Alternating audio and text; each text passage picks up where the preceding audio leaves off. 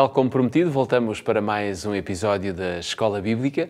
É sempre muito interessante e muito importante nós podermos diariamente abrir a Palavra de Deus e podermos descobrir o que Deus tem para nos dizer. E é com muito privilégio que nós fazemos estas emissões diárias, quer no Hope Channel Portugal, quer também na Rádio RCS, para que tanto nós, deste lado, como você que está aí desse lado, possa abrir a Palavra de Deus e possa ter um contacto direto com aquilo que Deus deixou para todos nós. Estamos com o Evangelho em Gálatas, um livro ou uma epístola extraordinária, onde nós iremos, por certo, aprender muitas coisas.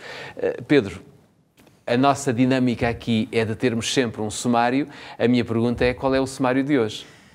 Para a lição da Escola Bíblica de hoje, o sumário diz-nos que viver em comunidade tem algumas dificuldades especiais e a história da Igreja Cristã, agora que estamos a avançar nela, e o papel de Saulo, mostra-nos que quando começamos a olhar para a comunidade, os problemas começam a surgir, mas há uma solução para os problemas de quem vive em comunidade.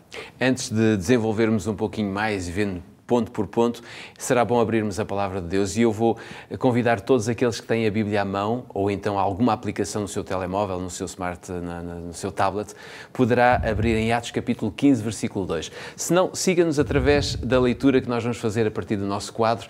Tendo tido Paulo e Barnabé não pequena discussão e contenda contra eles, resolveu-se que Paulo e Barnabé e também alguns dentre eles subissem a Jerusalém aos apóstolos e aos anciãos sobre aquela questão.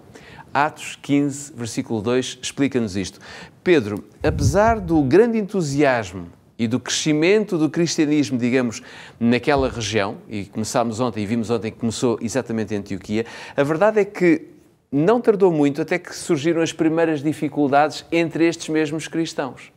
É verdade, eu penso que nenhum de nós está imune ou terá dificuldade em compreender que quando os relacionamentos começam a ser intensos, quando a vida em comunidade começa a ser concreta, é evidente que os problemas acontecem. Somos todos diferentes, com maneiras de ser diferentes, e isto às vezes traz algumas complicações. Perspectivas diferentes. E no caso, num movimento de natureza cristã e, portanto, com uma base teológica, vamos chamar-lhe assim, que é um dos pilares para um movimento desta natureza, é evidente que as perspectivas de fé, as perspectivas de vida e de aplicação das verdades bíblicas e da revelação de Deus à vida de cada um, portanto, esse ajuste entre a maneira como eu leio a revelação e a aplico na minha vida, mas o outro também a faz, isso é um desafio prático, real. E era tudo muito novo para todas estas pessoas. E a verdade é que nós estamos no início do movimento. Aliás, muitas das coisas que se passam, caracterizaram a história da Igreja primitiva, precisamente elas caracterizam-se muito por esse facto que tu aqui trazes à conversa. Estávamos no início. E é claro que o início de quase tudo é como na nossa vida pessoal, ao mesmo tempo que é uma fase, os inícios são fases de deslumbramento e de descoberta, mas também são de desafios e da percepção dos nossos limites e das nossas dificuldades. A verdade é que o texto que líamos revela claramente que a liderança da Igreja, neste caso Paulo e Barnabé, tiveram que entrar em conflito, por assim dizer, contra a comunidade, neste caso, que se encontrava na Judeia. Porquê?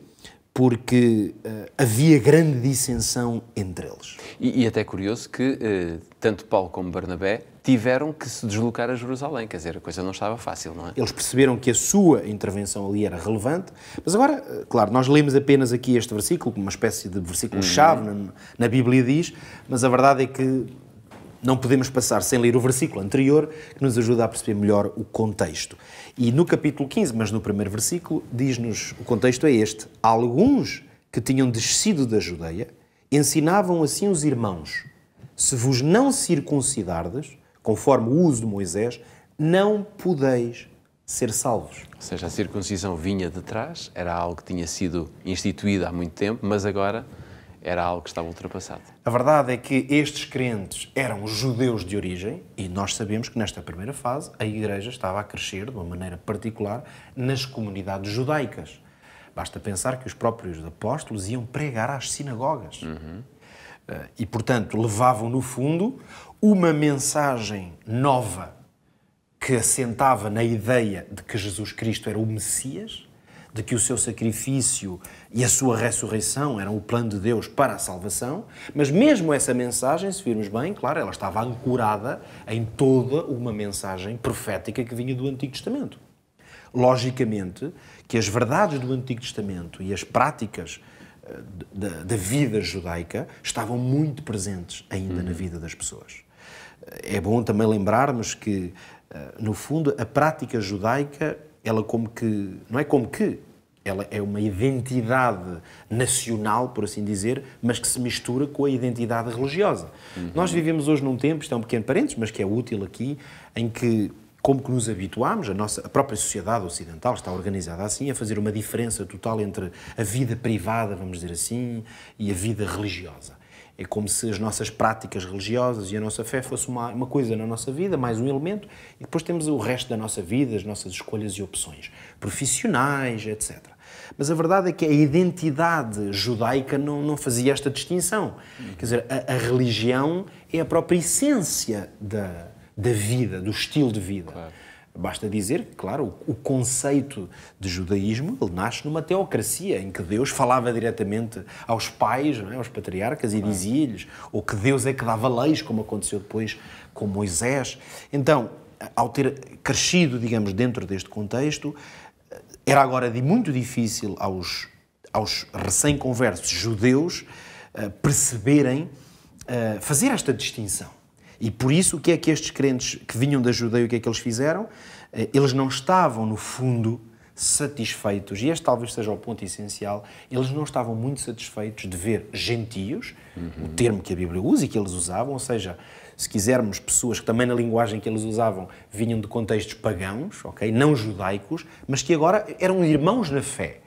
E que também abraçavam parte desta herança, sobretudo a herança teológica, profética, que vinha do Antigo Testamento, e que juntavam-lhe esta, agora, a essência da mensagem cristã. É interessante ver que quando o Senhor Deus falou a Ananias e o tranquilizou perante a situação de Paulo estar agora do lado dos cristãos, o próprio Deus disse que Paulo tinha sido escolhido para levar o meu nome diante dos gentios e dos reis e dos filhos de Israel. Ou seja, já não havia um núcleo de pessoas que se cingiam a uma classe ou um tipo de povo, mas agora era toda a gente. Era toda a gente. E Paulo estava chamado por Deus precisamente para ser, não o único, mas ser o ponta de lança dessa estratégia de abertura. Ora, o que é certo é que alguns irmãos, precisamente, e agora vamos aqui a um ponto-chave, é de que o grande problema aqui não era apenas a dissensão que isso eventualmente trouxe entre eles. O grande problema é que a mensagem cristã, ela está ancorada numa verdade.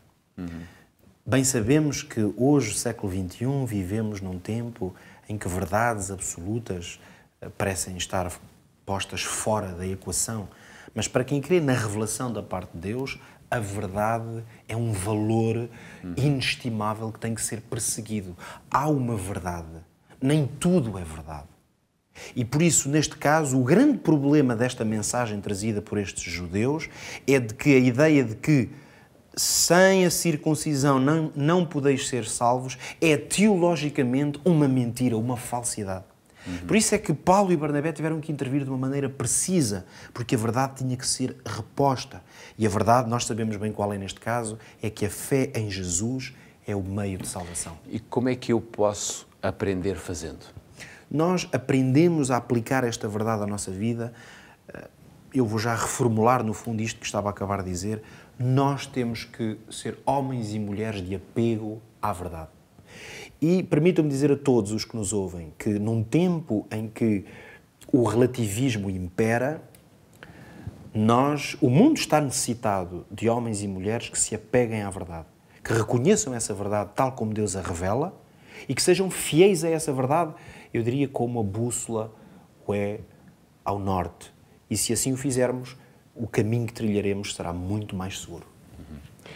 É verdade também que o Bíblia fala, ou neste caso a escola bíblica, isto ainda porque vimos de trás, mas a escola bíblica fica por aqui durante o fim de semana. Vamos fazer uma paragem, mas voltamos na próxima segunda-feira. Esta é a grande verdade também que deixamos para si. Até lá, continua a abrir a Bíblia, continua a estudar, porque Deus quer muito revelar-se ao seu coração.